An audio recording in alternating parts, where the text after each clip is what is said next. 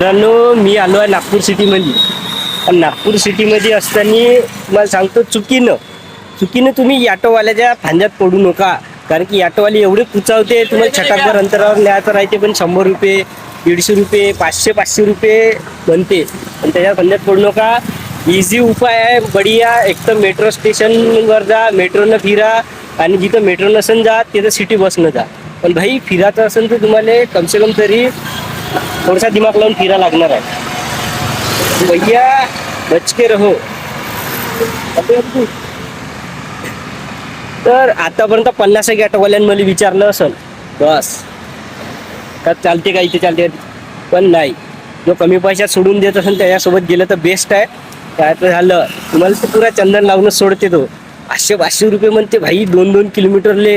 म्हणजे आपण गावातल्या आता काय भाई गावातल्या आता काही बी करायचं, काही बी. नवीन लोक जे कोणी येतात नागपूर सिटी किंवा अदर सिटी फिरायला जाले, भाई सांभाळून फिरत जा, जेणेकरून बड्या सावधान रहे, सतर्क रहे.